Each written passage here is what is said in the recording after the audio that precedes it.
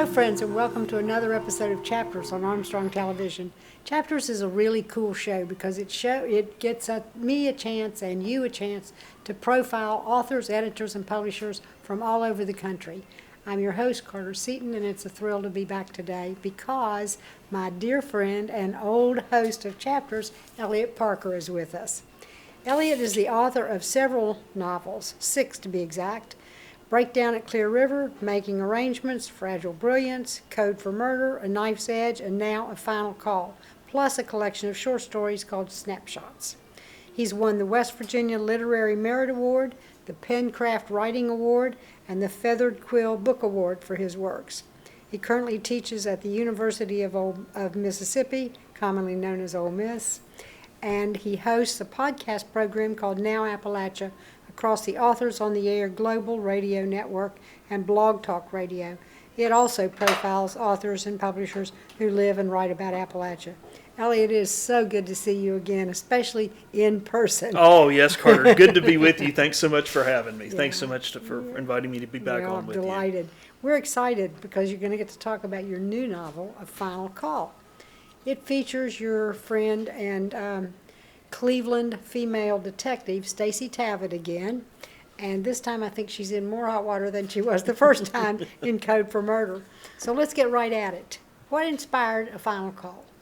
Well, I wanted to keep going with the Stacey Tavitt character. She was a lot of fun to write in Code for Murder, and I wanted to kind of keep spending a little bit more time with her. It was fun and challenging as a male author to write a female protagonist and write from a female perspective. Right. And so I felt like after everything she'd been through in Code for Murder, she found out who killed Devin Baker, who was a fictional Cleveland Browns football player, went through all of that there was still more of her story to tell. What happens after that? What happens when you have a circumstance that totally changes who you are, both personally but also professionally, because she was changed and challenged so much ethically in terms of what she had to do to solve that case. So I wanted to come back and revisit that, but I wanted to do it in a little bit different way. I wanted us to be able to kind of see how is Stacey dealing with the aftermath of what happened to her in Code for Murder, but also bring an investigation into her orbit that she hadn't really thought about or hadn't anticipated. Mm-hmm. And that's pretty much what happens in A Final Call. She's dealing with the aftermath of the Code for Murder the investigation that's structured and centered in Code for Murder. But she also is approached by a former college classmate asking her to find out what has happened to her son because she has suspicions that her son has gone missing. And so she approaches Stacey with all these other things going on. Stacey didn't ask for this investigation, wasn't assigned this investigation, and she reluctantly agrees to take this on and to look into it. Right. That's interesting. Why do you choose Cleveland? You know, I love Cleveland for a variety of different reasons. You know, my dad's family was from there, and they moved there after the coal mines. They were farmers and coal miners in eastern West Virginia. And when the coal mines were going through kind of their first shutdown in the late 60s, early 70s, a lot of my dad's family, his uncles and cousins and everything, moved north to Cleveland to work in the steel mills and the shipyards down on Lake Erie. Typical Appalachian exodus. Absolutely, right. Yeah. A couple of them even, I think, worked at the Goodyear rubber plant in Akron when it was there. Mm-hmm. So we would go up there all the time to visit them, you know, in the summers and things. And so when I thought about a place to set a story like this and to put a character like Stacey Tavitt in the location, Cleveland was just a natural fit because I'd been there, I was familiar with the area, but Cleveland's such a great city because I love port cities. I love cities by large bodies of water. You've got Lake Erie there. You've got the Cuyahoga River that runs sort of alongside the city. But Cleveland is very much sort of a gentrified city in that you've got blocks of different socioeconomic statuses and communities living really right next to each other. You can be on East 9th Street, which is kind of the business district downtown. Go 2 blocks over, you're in the Old Italy district. Go 2 blocks over, and you're in a less desirable part of town. So you've got all of these people living and interacting together all the time, and so it makes for a great place to set crime and murder because all of these people have to interact and cross paths so often. All right. Well, since it's not a town that you're from, and it's not a male character, and you're not a detective or a policeman, tell me about the research you had to do to write this authentically. Well, you know, I've come to learn, I think, the more that I write, how much more I enjoy the research part of it, and how much I'm really getting into that. And even as fiction writers, we have to do that. We have to research to Absolutely. make sure we get it right and to get it authentically. Stacey Tabbitt is based on an actual former female homicide detective for the Cleveland Police Department. And so her character is loosely based on her. Her name was Detective Ruiz. And but to get it right, I just spent time talking to a lot of detectives, police officers. Some of them worked in Cleveland, some of them did not. But just asking them a little bit about their work. How would you go about investigating? Here's the kind of murder I want to investigate. How would you tackle this? What are some of the steps that you would go about in doing that and solving that crime? And one of the things I found in asking these folks for those questions is they're so willing and able to talk to you about their job. And they'll be happy to tell you everything and about it. And I'm also interested, Carter, in the emotional aspect of what does this do to these folks who have to carry these cases and see these horrific things done to people, both horrific things emotionally and physically. How does that weigh on them as an individual? Because they're people too. They have families, they have spouses, they have lives outside of their work, and that balance of carrying that with them. And so those are a lot of the questions I get into when we kind of get past my set of questions. I'm like, how did you process this? How do you sleep at night? How do you handle this when this investigation goes on for 3 weeks and you're out 12, 16, 18 hours a day working the case? What does that do to you? What does that do to your relationship with your wife, your children, your family? Yeah. And so I wanted to make sure that I took enough time to get enough of those questions answered from a variety of different people working in law enforcement so that I would get all sides of the issue, and how different factions within law enforcement would work and respond to those circumstances. And so a lot of that, I think, makes its way into the book. What do they tell you? Is it sort of a PTSD, or are they able to train themselves to turn it off? That's a great question. It's mixed a little bit. I've had some former law enforcement officers that would kind of jokingly say, there's a reason we work 20 years and quit. After 20, or we're eligible to retire after 20 years, because I can imagine after 20 years of doing some of the things that they do, they've just had it. I've had some that say, we never turn it off. A lot of them don't sleep well at night. A lot of them are insomniacs. A lot of them are addicted to something, alcohol, tobacco, to kind of help them cope with this. And they agree that that's not a great coping mechanism, but they've talked about, I have to have something to kind of take my mind off of this. So some do well managing this, some of them don't, but none of them that I've spoken with over the years agree that it doesn't affect them in some way. All are affected. Some are better at processing than others, but a lot of the cops I talk to, they're on their second or third marriage. Yeah. They have not been able to get into another relationship with someone after their first relationship ended because of their choice. I mean, what they do is truly a calling, and it is a job that I'm learning as more and more as I talk to these people and write about these characters.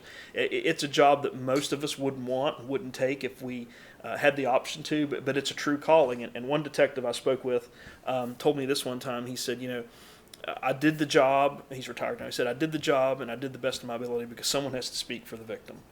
When there's been a murder and the victim can't speak for themselves, somebody has to step in and speak for them. And that's also resonated with me quite a bit in terms of that. Yeah. The other thing that I thought was really fascinating with this particular book was the logistics and the setup of how, for instance, in a shootout or something like that, how you knew where people would be, where bullets would go, where they would ricochet from. I mean, it's almost like you had to take, soldiers or toys and place them so that you could see how that worked out. How did you figure all of that out? I did a lot of research. I did a lot of looking at and researching. To answer that a little better, one of the ways that I get a lot of ideas and information on how this works too is, in addition to talking to people face to face, is doing research and reading newspapers all over the country, especially newspapers in small communities where a murder has been committed in a small town. Well, that's going to be front page newspaper story for months until the case is absolved or solved. And so that helps me in that regard, and I do that kind of research for these kinds of things. I do research when there's been a stakeout, when there's been, a safe house that has been, taken over by police, taken over by criminals, and then taken back by police. how did they do it? What did they do? I listen to read the newspaper articles. If I can find the police chief or the SWAT team member who went in, the first one in, describing how they did it.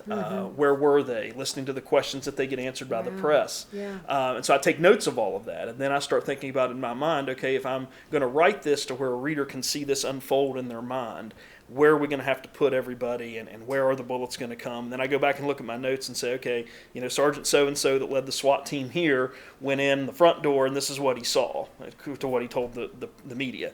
And then I think, well, do I want that really to go on in my story, or do I want to put him behind the house instead? So it's a lot of research, listening, and note-taking as to what really has gone on, but then a lot of kind of making it to where I want a reader to be able to walk into that scene and feel like they're right in the middle of the gunfight. That here they are and watching this all go on around them, and they're trying to get out of the situation just like my characters are. Yeah. What is it about the thriller genre that attracts you?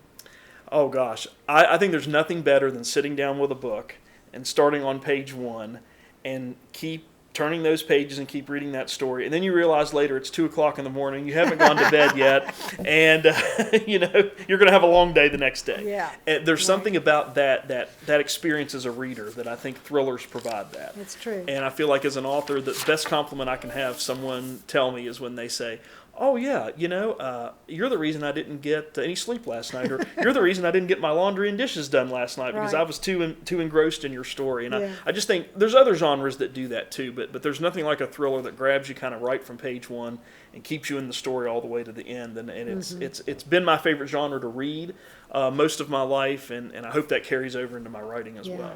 And you chose a female just because it was a good challenge to try and put yourself in a female? Yeah, it was a good challenge, and I feel like we don't, as a reader and a writer, we don't have enough stories about smart, capable female women fighting crime. We have the superhero genre, we have Wonder Woman, and we have, Black Widow and all of that, but, the everyday women of law enforcement who are going out and doing what we typically, in our lifetimes and as readers and writers, feel like that males should be doing. And we've got some really tough, experienced, wonderful female police officers and detectives that are doing that work, and I wanted to kind of shine the light on that, and that's one of the reasons I decided to create Stacy. Well, I don't want to give anything away, but it looks like at the end you've left an out for her to be reappearing. Yes, she will be back. She will be back. That's I'm not good. quite done with her yet. Have you started something? I have an idea. I haven't got it quite into the draft stage yet, but I know where I'm going. I've envisioned a 4 or 5 book arc for her. I'm not going to write her character forever. I think she's got an arc just like, stories do and books do. And so we're right in the middle of her arc, and she's got a lot to sort of deal with because one of the things that she also exposed in her investigation as to what happened to her friend Monica's son, Colton, is the fact that there was corruption within the police department. And so she took that head on and risked, her reputation, risked her relationships with her partner, Austin, with her captain, Diana Bannister, with other people in the department to root out the corruption and to find out how everything was connected. And so we've got to work that aspect of the story. Sure. Now that you've lost everything personally and you've lost everything professionally, how do you come back from that? And so that's going to be part of what book 3 is about, is how does she, redeem herself, but also get herself back into where she can make a contribution to law enforcement. That's great. That sounds exciting. Yeah. You've got another character that you've dealt with a couple of times, Ronan. Right. And I haven't seen him lately. What's on the horizon for him? Ronan will be back soon. Okay. I have 65,000 words done of a draft of his next book. So I've given myself till spring of 2022 to have that finished. It's titled Double Crossed. And Ronan is a character that I have no story arc for him. I'm just going to keep writing about him until I get tired of him, or until readers tell me, kill him off already. Get rid of him. Right. But this story picks up similar to where A Knife's Edge, the second book in the series with Ronan, left off. And it's set in Charleston, West Virginia. Charleston, West Virginia, exactly, which is where I'm from and grew up. And so Ronan is involved in an investigation that is really outside of his area of expertise, and it involves cybercrime.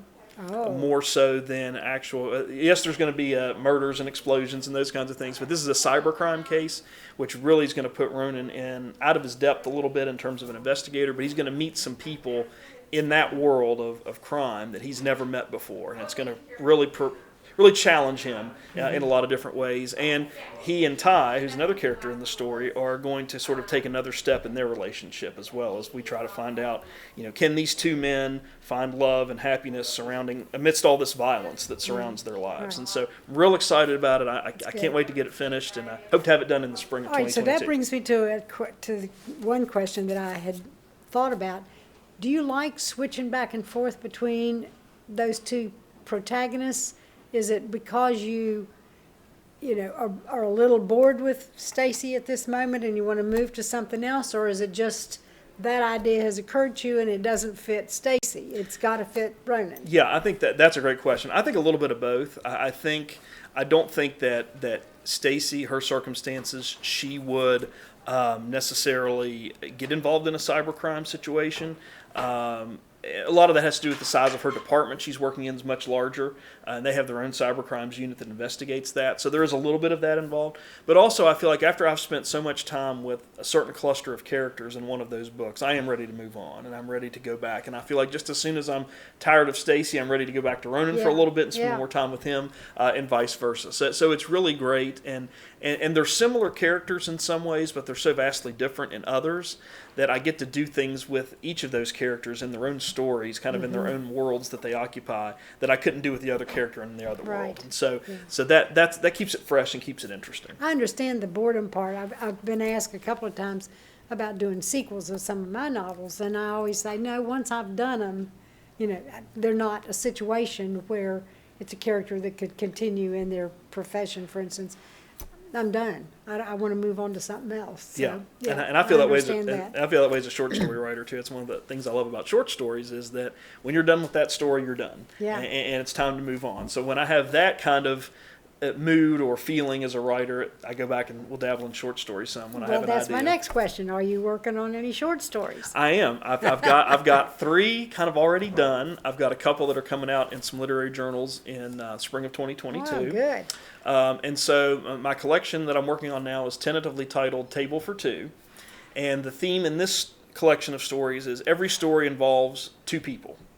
And these are 2 people that are either together for reasons of their own choosing, together for reasons not of their choosing, or trying to get away from one another for reasons of their choosing. And so every one of those stories, there's going to be some ancillary characters that kind of flow in and out of the story, but the primary story, or the primary plot of each story just involves 2 characters.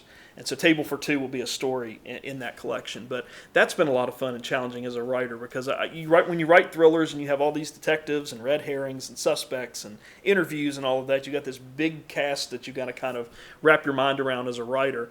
But this has been a great challenge because I've had to only deal with 2 characters. And I've had to keep it lively and interesting and tell a story with just primarily 2 people in each scene, and so it's been a lot of fun. But so I've got 3 in, so I'm hoping to have that finished maybe by fall of 2022 if everything goes well. How do you have time to teach? Well, that's a really good question.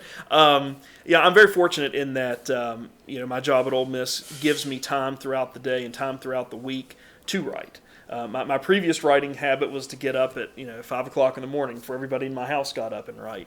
And that worked well. Left me tired a lot, left me frazzled a lot.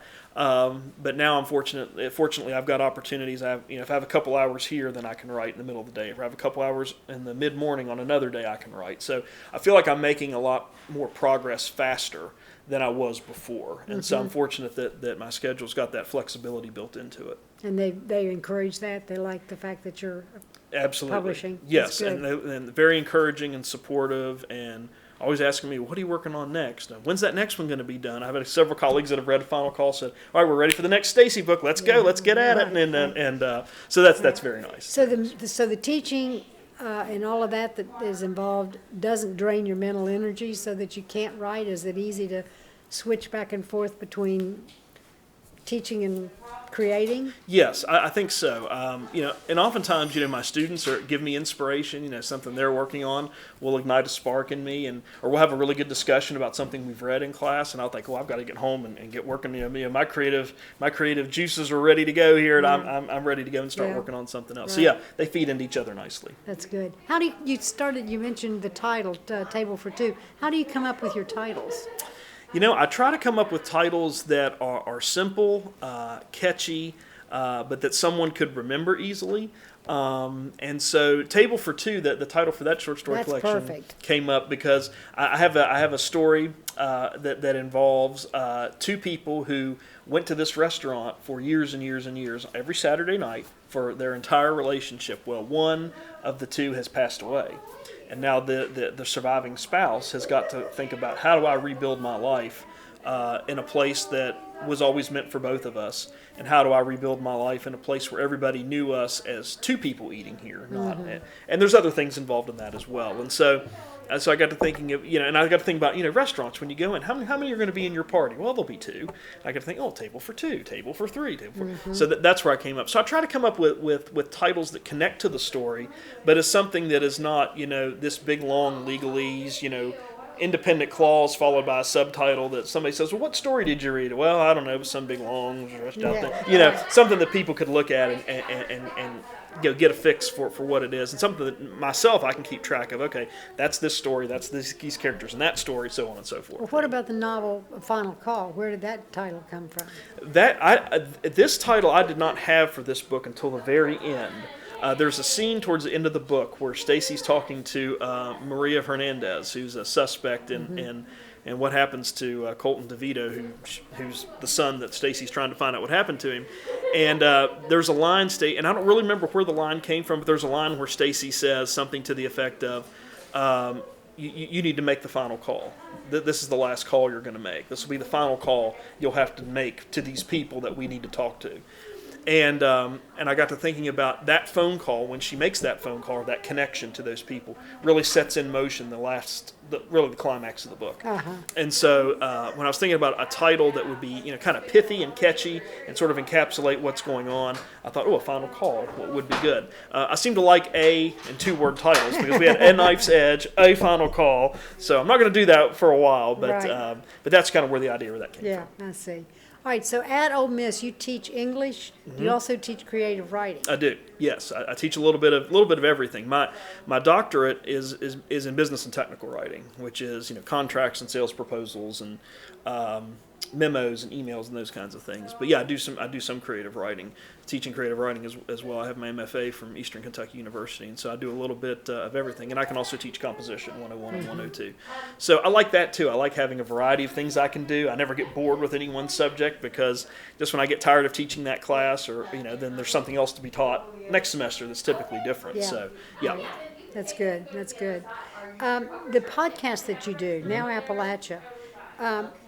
How do you find time to read their books in order to do the interviews with all the other things you're doing? Well, that is a great question too. I'm not always sure that I'm reading them probably as well as the guests would like me to read them. Typically, I just have to schedule that almost like you do anything else: writing time, teaching time, grading time. And how I've done it, and what works well for me, is we kind of block tape shows. We will tape several interviews a month, and then those interviews will run the following month. And then as those interviews are running, I'll get a little bit of a break, and I'll get to read for the next set of. So I'm always kind of working a month behind in some ways, but a month ahead in other ways.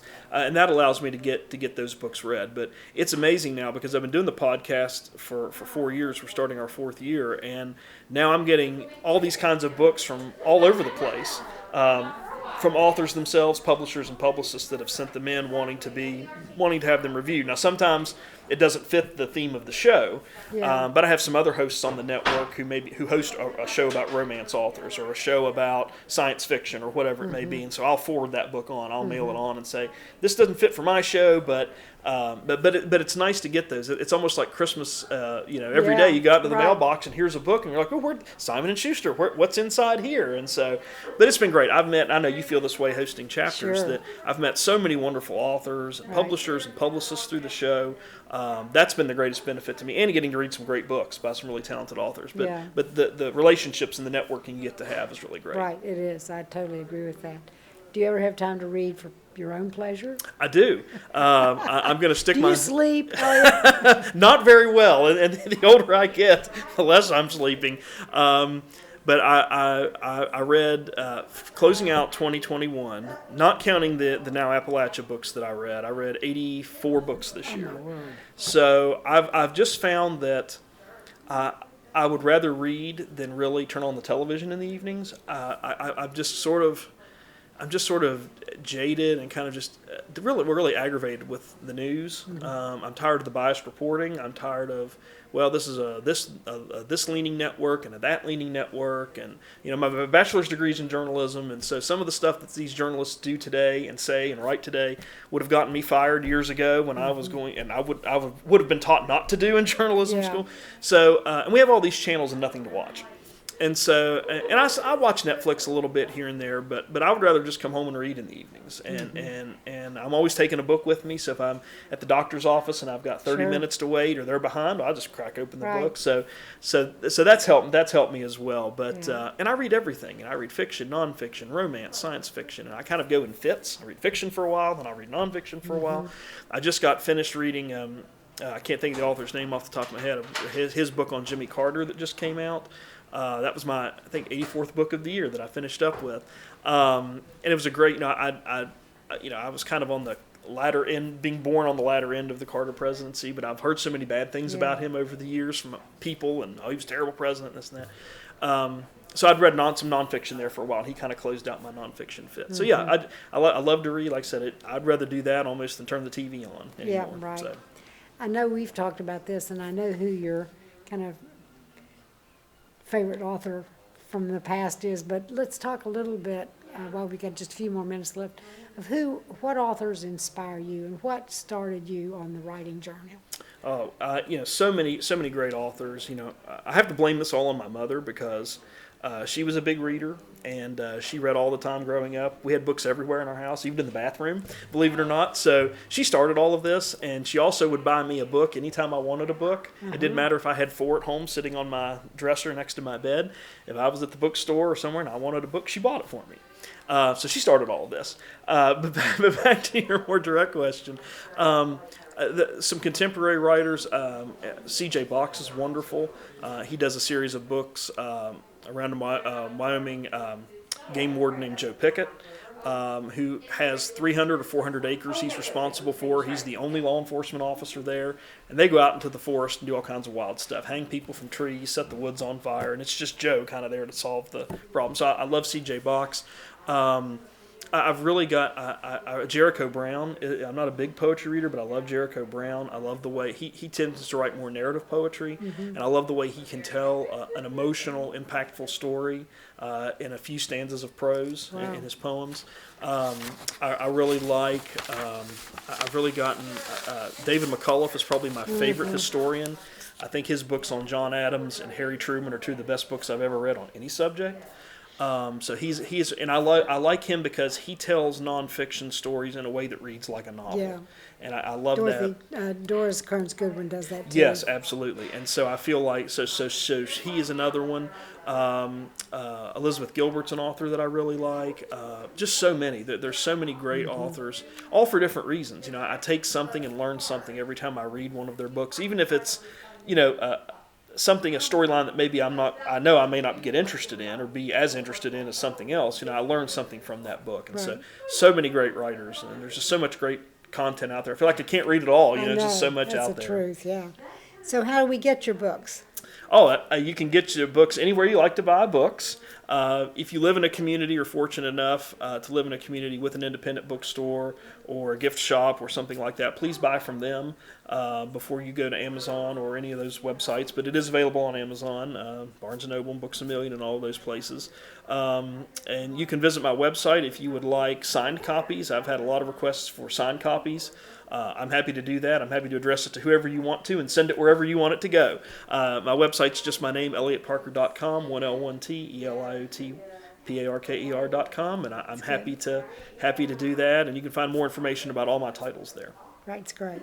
It's been so much fun to have you today. It's just, we could talk forever, I know, but it's been wonderful, and I thank you so much, and I look forward to what comes next. Thank you, Carter. Thanks so much for having me. I appreciate it. We also want to thank the Huntington Convention and Visitors Bureau for allowing us to tape here, and to Armstrong for showing Chapters. It's a great show, and we're delighted to do it. And I'm Carter Seaton. Stay tuned till the next time, and stay tuned to Armstrong for all the news you need to know. Take care. Bye. Connect with Chapters through email. Write to lp4@zoominternet.net. Chapters has a Facebook page at Armstrong Chapters. Like, subscribe, share, and comment. All Chapters episodes are available on YouTube. Visit the Armstrong Neighborhood channel on YouTube and look for a playlist of all the Chapters programs.